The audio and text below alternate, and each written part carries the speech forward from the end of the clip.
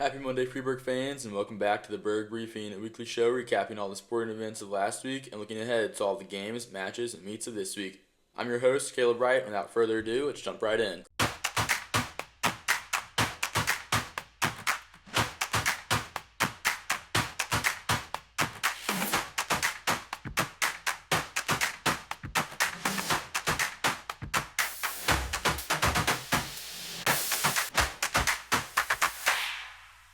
Cross country got the special opportunity to spend the night together as a team in Peoria this weekend. They headed up there early to wake up sharp and ready to go for their Saturday morning race, and they did not disappoint. The girls finished 14th overall and the boys 21st out of 40 total schools. Mark Rosen once again medaled, finishing 23rd overall. Their only meet this week will be the St. Clair County meet at Frank Holton Park on Tuesday. Boys and girls golf both wrapped up their seasons this week.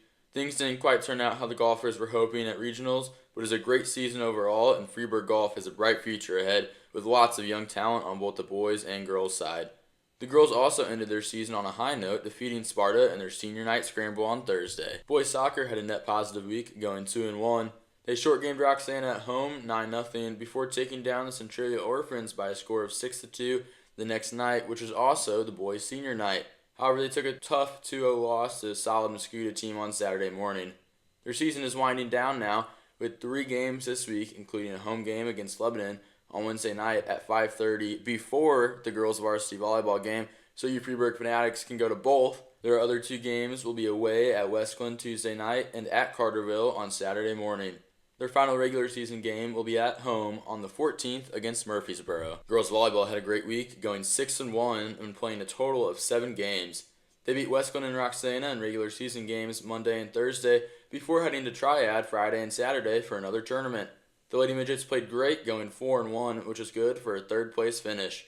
Team captains Addie Heseldens and Olivia Joseph earned all-team honors, so congratulations to those girls on earning some hardware for all their hard work and dedication.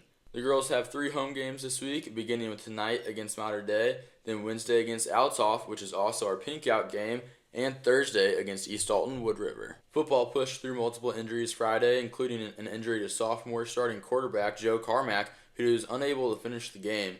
They grinded out the win, though, defeating Roxana 21-19 and completing the athletic department sweep of the Shells. Soccer, volleyball, and football all took down Roxana last week. That was also football's 5th win of the season, meaning that they have officially clinched a playoff spot for this season. This will be the Midgets' first time back in the playoffs since their heartbreaking overtime loss to Charleston in 2023, but Coach Stewart still has his team locked in on finishing the regular season strong first before looking too far ahead into the playoffs. They'll be headed to Wood River this week for another conference matchup under the Friday night lights. That's it for this edition of the Burg Briefing. Check back in next week for another recap of how the Midgets are performing on the field, pitch, court, and course. Until then, keep on cheering, Midget Nation.